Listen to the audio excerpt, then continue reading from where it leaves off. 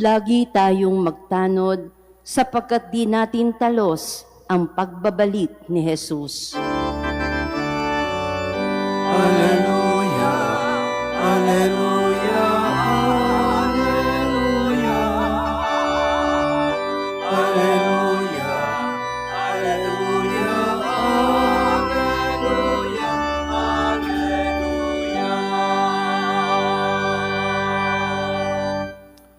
Sumainyo ang Panginoon. At sumaiyo rin. Ang mabuting balita ng Panginoon ayon kay San Mateo. Papuri sa iyo, Panginoon. Noong panahong iyon, sinabi ni Jesus sa kanyang mga alagad, "Kaya magbantay kayo, sapagkat hindi ninyo alam kung anong araw paririto ang inyong Panginoon. Tandaan ninyo ito, kung alam lamang ng puno ng sambahayan kung anong oras ng gabi darating ang magnanakaw, siya'y magbabantay at hindi niya pababayaang pasukin ang kanyang bahay. Kaya maging handa kayong lagi, sapagkat darating ang Anak ng Tao sa oras na di ninyo inaasahan. Ang tapat at matalinong alipin ang siyang pinapamahala ng kanyang Panginoon sa ibang mga alipin, upang bigyan sila ng kanilang pagkain sa karampatang panahon.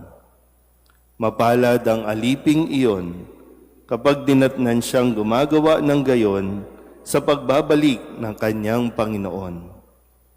Sinasabi ko sa inyo, pamamahalain siya ng kanyang Panginoon sa lahat ng kanyang ari-arian.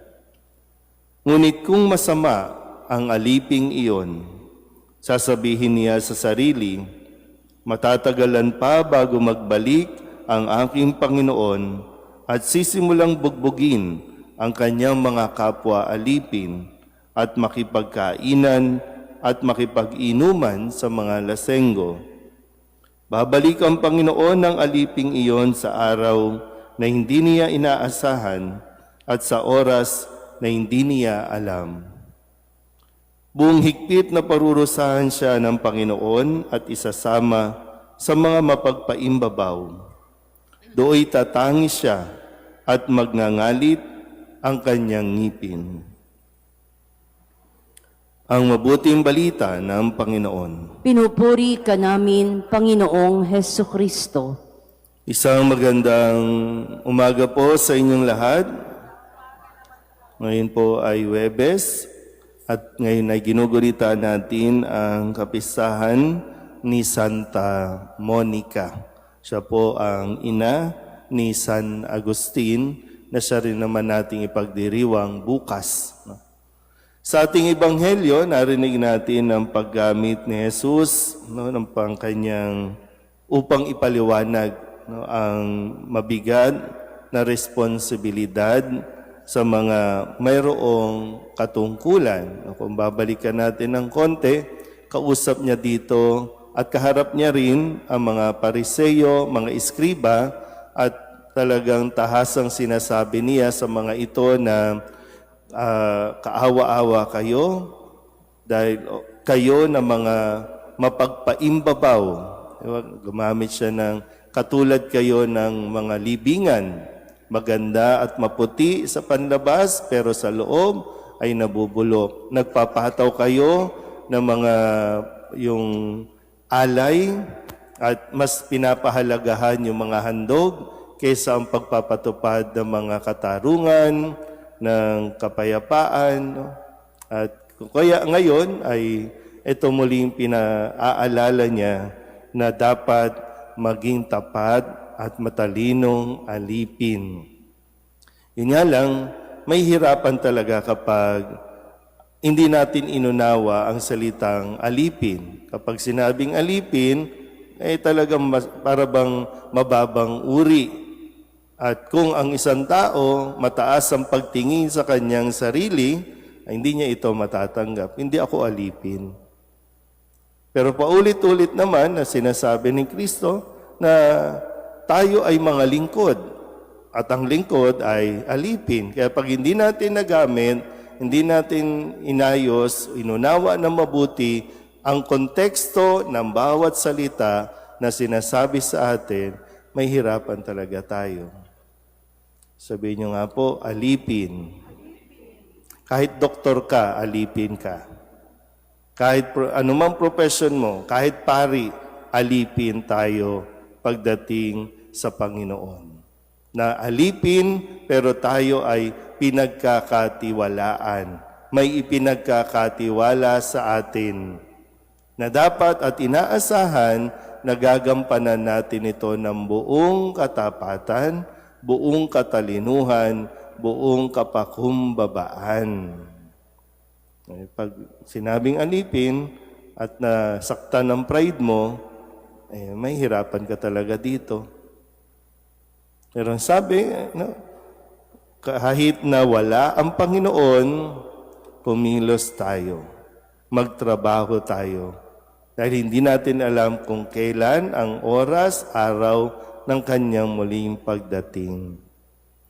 Nung binabasa ko po ito, naalala ko yung mga panahon na, di ba yung dasal tayo ng dasal noon, na magkatrabaho. Naalala niyo pa ba, nung mga kabataan ninyo, nag-aral kayo ilang taon, nagpakadalubhasa para lamang makuha ninyo yung dream job. Diba? May ganun tayong karanasan eh. Pero pagdating na ng trabaho, doon naman nagsisimulang magtamad-tamaran, doon na magsimulang magrereklamo. Sa pagdiriwang natin ng kapistahan ni Santa Monica, isang ina at isang asawa, hindi naging madali ito para sa kanya. Kasi meron siyang asawang pasaway, meron din siyang anak na pasaway. Sa panimulang panalangin natin, narinig natin na iniyakan niya ito ng iniyakan sa harap ng Diyos.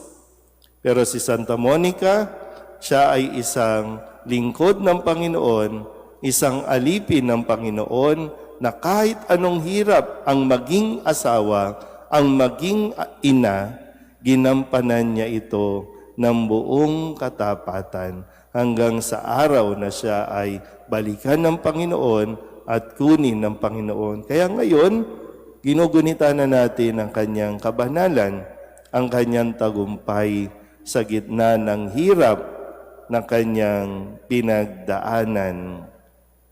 So, lahat tayo ay may kanya-kanyang responsibilidad, lahat tayo ay may kanya-kanyang katungkulan, pero nasaan na nga ba tayo sa atin pong pagtanggap dito? Masaya ka pa ba? Kasi baka, di ba, pag hindi mo na ito nauna, wala. Araw-araw na lang ginawa ng Diyos, malungkot ka. Araw-araw na lang na ginawa ng Diyos, magre-reklamo ka na lang ng magre-reklamo. Kahit nga mismo mga empleyado, di ba? Nagtatrabaho, pero reklamo ng reklamo. Naalala ko lang yung mga karanasan ko nung nagtatrabaho pa, no? Talagang mayroon tayong mga kaopisina na wala nang ginawa, pero magre-reklamo pa. Pero kapag nandiyan ng mga boss, ay kasipag-sipag, magpakitang gilas. Pero pag wala ang boss, daig pa yung anak ng boss. Diba? May mga ganun tayo, di ba? Kapag wala ang boss, pag wala ang Panginoon, kung makaasta, siya ang may-ari ng opisina. Utos dito, utos doon. Ganun din naman na nangyayari, no? Sa buhay pananampalataya natin.